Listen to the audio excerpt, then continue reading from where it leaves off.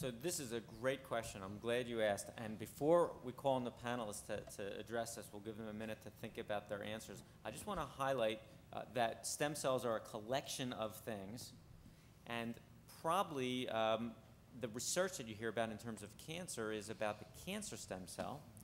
But the controversy with regard to stem cells is about embryonic stem cells. And there's a world of difference between those two things. And so the controversy can have little or no impact on the work of many of the people who are funded here, depending on the area of stem cell research they're focused on. So I'll ask the panelists if they want to make a comment about, I guess, the local political culture on this issue, and we'll call on some of the folks in the front as well. Go ahead. Quick, is it an issue in Belgium to work with stem cells? No, there is none.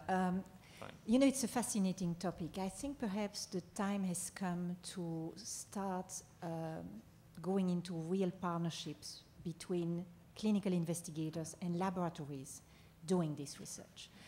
And what we would like to do in Europe in a program of neoadjuvant trials that we are going to be launching is take the right samples in women undergoing specific anti-cancer treatments, send them to laboratories that are really, you know, experts in the field, and start to look into the markers of these stem cells and see whether they can explain why some patients respond well and some patients have residual disease after having received the best possible therapies.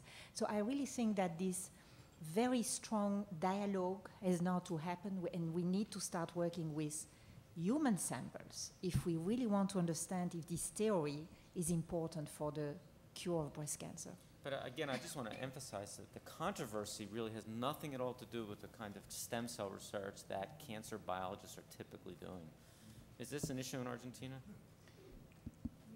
No, the main issue is related with regulatory matters, because there is no international regulation about how to manage human tissues or components across borders. So each country has a different vision. So one of the main obstacles in order to run cooperative trials with tissues in a lot of parts of the world is the lack of an international regulatory norm. Fair enough. Jose, you had a comment, which I think is going to be the final one on this. Okay, so that's really a long comment. No. Sure. So I think, again, the point that Cliff was making about cancer stem cell is very different from embryonic stem cell that we have to realize. But in Europe, and I can talk to you about Spain in particular, the government has funded extensively stem cell research. So not only is not being putting difficulties on it, but quite the contrary. And we have at least in Spain 3 large stem cell facilities, and with some of the collaborators from the US. Juan Carlos Ispizua, who's working at the Salk Institute, has a center in Spain. So I think clearly the viewpoint there is that anything that helps to move the field forward should be employed, you know, and we cannot have ideology between this. I mean, you can always use science for the wrong purpose, but you can always use science for the right one. And I think stem cell is a clear example of that. Great answer.